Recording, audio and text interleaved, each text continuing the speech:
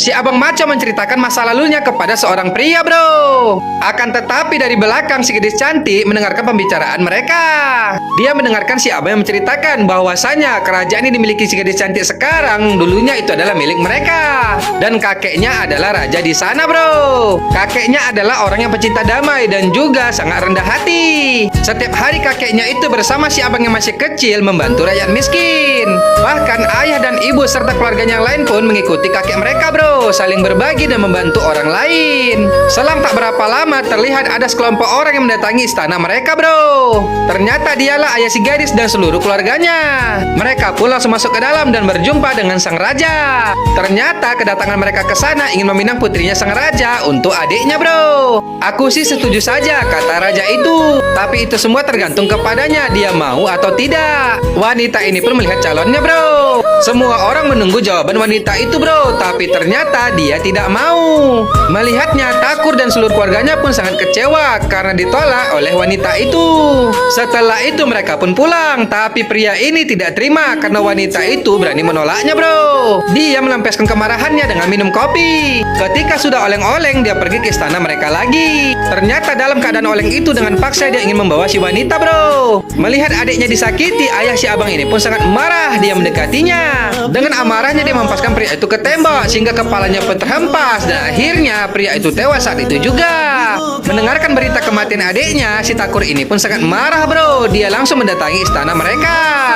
Dengan semua anak buahnya dia menangkap wanita ini dan seluruh keluarganya terkecuali sang raja yang sedang pergi. Keluarga Takur itu sangat murka, bro. Mereka menangkap semua keluarga si abang. Orang-orang itu tangannya diikat dan mulutnya disumpal, dibariskan di hadapan mereka. Sedangkan ayah si abang diikat di sebuah tiang. Lalu dengan kejam mereka ditembaki oleh anak buah si Takur sampai tewas, sehingga tinggallah si abang dan ibunya. Melihat kejadian itu, ibu si abang pun pingsan, bro. Lalu si Takur ini pun ingin menembak si abang juga. Si abang sudah sangat ketakutan melihatnya, tapi tiba-tiba kakeknya yaitu sang raja datang ke sana, bro. Secepat mungkin dia menghentikan si Takur dan langsung mendekati mereka.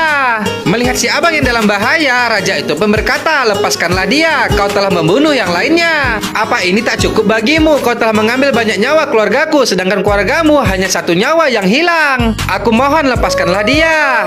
Mendengarnya si Takur itu malah marah, bro. Kemudian dia mengatakan, "Baiklah kalau kau memang ingin mereka selamat, tapi aku menginginkan sebuah imbalan." Lalu dia berkata, "Aku ingin nyawamu dan seluruh hartamu." Sang raja pun terkejut mendengarnya, bro. Namun karena ingin mereka selamat, raja ini pun menurutinya. Selang tak berapa lama, raja itu pun mengantarkan si abang dan ayah ibunya pergi dari sana dengan jaminan anak buahnya yang masih tinggal, bro. Dan beberapa saat kemudian ternyata raja itu amanah. Dia kembali lagi ke sana. Melihat kedatangannya kembali, si Takur itu pun sangat senang. "Kau menepati janjimu ya." Tapi tidak dengan anak buahnya ini, bro. Dia menyuruh si raja pergi agar bisa selamat. Biarlah nyawanya menjadi gantinya. Dia memohon kepada sang raja, namun sang raja tidak mau. Di saat itu ternyata si abang telah kembali. Dia menyaksikan si Takur menembak kakeknya itu, bro.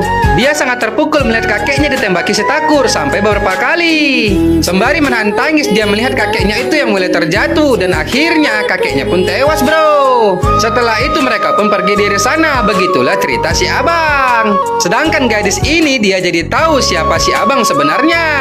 Lalu keesokan harinya gadis itu mengajak si abang bicara. Dia mengatakan, "Aku minta maaf atas kesalahan semua keluargaku kepadamu, abang." Lalu dia mengatakan sebelumnya seorang pendeta datang ke rumah mereka dan berbicara kepada ayahnya kalau sebentar lagi kerajaan mereka akan diambil kembali oleh pemilik aslinya, yaitu si abang. Oleh karena itu si Takur mengirim kakak-kakaknya si gadis untuk menghabisi anggota kerajaan Rajput yang masih hidup, yakni si abang dan keluarganya. Setelah selesai menceritakannya kepada si abang, gadis itu pun berkata lagi, dia tidak ingin kekasihnya dan keluarganya saling membunuh, dan dia mengakhiri hubungannya bersama si abang, bro.